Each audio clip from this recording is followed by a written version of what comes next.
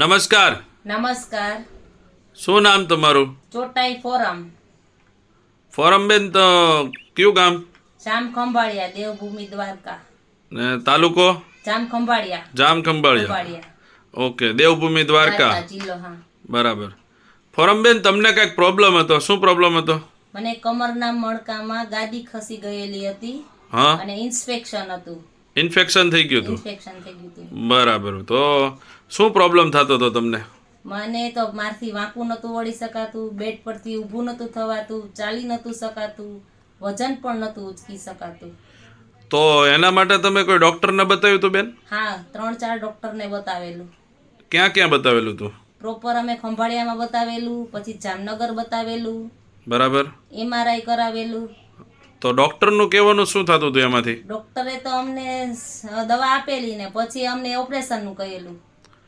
દવા આપેલી ને ઓપરેશનનું કહેલું? હા, ઓપરેશન વગર સક્સેસ થશે જ નહીં એવું જ કીધું હતું. એટલે ડોક્ટરનું કહેવું એમ હતું કે તમે ઓપરેશન વગર તો બિલકુલ સાજા થશો જ નહીં, એટલે ઓપરેશન તમારે ફરજિયાતપણે કરવું પડશે. ફરજિયાતપણે. તો ઓપરેશનનો કઈ ખર્ચો તમને કીધેલો? હા, કીધેલો ને. તો કેટલો ખર્ચો કીધેલો? 2 લાખ રૂપિયાનો કીધેલો.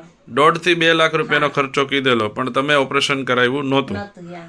ઓકે, તો અત્યારે તો તમે સંપૂર્ણપણે સારું છે? હા, અત્યારે સાવ સારું થઈ ગયું. તો એ થયું છે એનાથી સારું? મેં દવા લીધેલી સુરતથી.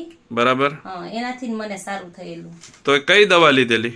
આ રહી જો, કેલ્શિયમની છે. આ ઓકે લાઈફ કેરની કેલ્શિયમ D3 છે. D3.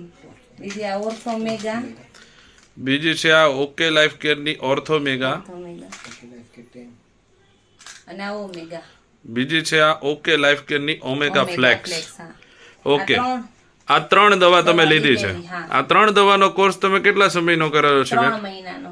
3 મહિના. હા, 3 મહિના. 3 મહિનાનો કોર્સ કર્યા પછી અત્યારે સંપૂર્ણપણે તમને સારું છે? હા, સંપૂર્ણપણે સાવ સારું થયેલું હો. પણ આના પહેલા તમને દવા જ્યારે નહોતી લીધી ત્યારે તમને શું શું પ્રોબ્લેમ થતા હતા? દવા લીધા પહેલા તો સર મારથી ઊભુંય નહોતું થવાતું, કઈ બિલકુલ કઈ મારથી કામય નહોતું થતું. મતલબ તમે એમ કહી શકીએ કે એકદમ બેડ રેસ્ટ હતા? હા, બેડ રેસ્ટ જ હતી. બરાબર છે. મતલબ તમે કોઈ પોતાનું કામ પણ તમારાથી ન થઈ શકતું એવી કન્ડિશન તમારી હતી. તો અત્યારે સંપૂર્ણપણે તમને સારું છે. સંપૂર્ણ સારું. તો લોકોને તમે શું સંદેશો દેવા માંગો છો? લોકોને તો હું એવો સંદેશ આપું, મેં આ દવા લીધેલી છે અને કોઈ પણને કમરના મણકાની તકલીફ હોય અથવા તો ગાદી ખસી ગયેલી હોય, ઘૂંટણના પ્રોબ્લેમ હોય, દરેક લોકોએ આ દવા લેવી જ. અને મેં મારા રિલેટિવને કીધેલું છે, એમને પણ સારું થયેલું છે. ફોરમબેન, તમે પણ આ દવા કોઈને અપાવેલી છે? હા, અપાવેલી છો ને એમને પણ રિઝલ્ટ મળેલા છે. એમને પણ સારા રિઝલ્ટ મળેલા છે. સારા રિઝલ્ટ.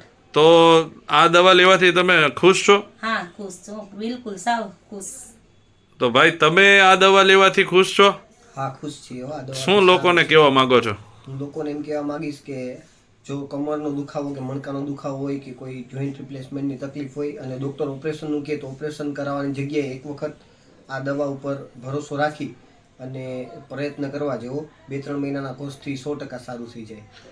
હવે દર્શક મિત્રોને મારે કહેવાનું જરા એ જ છે કે સાહેબ, તમે અત્યારે હાલ શું કામ કરી રહ્યા છો? જામ ખંભાળિયા છું, સાકેત હોસ્પિટલની અંદર. સાકેત હોસ્પિટલમાં તમે કામ કરો છો.